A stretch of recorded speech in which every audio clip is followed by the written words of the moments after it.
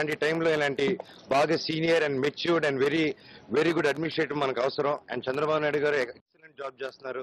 దాదాపు హైవేలో కానీ రైల్వేలో కానీ ట్రైన్స్ ఈ రోడ్లో చూస్తున్నాం. అన్ని ఏదైతే దారుణమైన పరిస్థితి రోడ్లు పడిపోయిందో జస్ట్ 1 or 2 days మొత్తం రోడ్స్ క్లియర్ చేయడం జరిగింది. హాస్పిటల్స్ ఎవ్రీథింగ్ మళ్ళీ ఫంక్షనింగ్ లో పెట్టారు. And hats off to him and he's doing very hard work. ఆయన ఇప్పుడే కలిసి వచ్చాను, బాగా టైర్డ్ అనిపించారు. చూడంగానే నేను రాత్రి అంతా నిన్న డే అండ్ నైట్ నేను నా ఫ్రెండ్స్ కొడుతున్నాం బాగా పని చేస్తూ. అండ్ ఆయన చూడంగానే నో ఇంకా పని చేయాలి మనం. ఎస్, ఆయనే పెద్దని బాగా పని చేస్తున్నారు. So we should also work అని మేము మీ ఫ్రెండ్స్ అంతా డిసైడ్ అయ్యాం.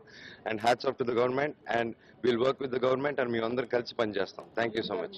మాకు వైజాగ్ పీపుల్, మాకు వైజాగ్ జనాలే ఇన్స్పైర్ చేశారు మమ్మల్ని రావడానికి. అండ్ మేమంతా వచ్చేసినప్పుడు ఇక్కడ వర్క్ చూస్తుంటే ఆయన కూడా చాలా కృషి చేసి పని చేస్తున్నారు. లేకపోతే మేము రాము ఈ రోజు ఇక్కడికి. ఆయన వంతు ఎవరైతే కష్టపడుతున్నారు జనాల కోసం వాళ్ళ దగ్గరికి వెళ్తాం.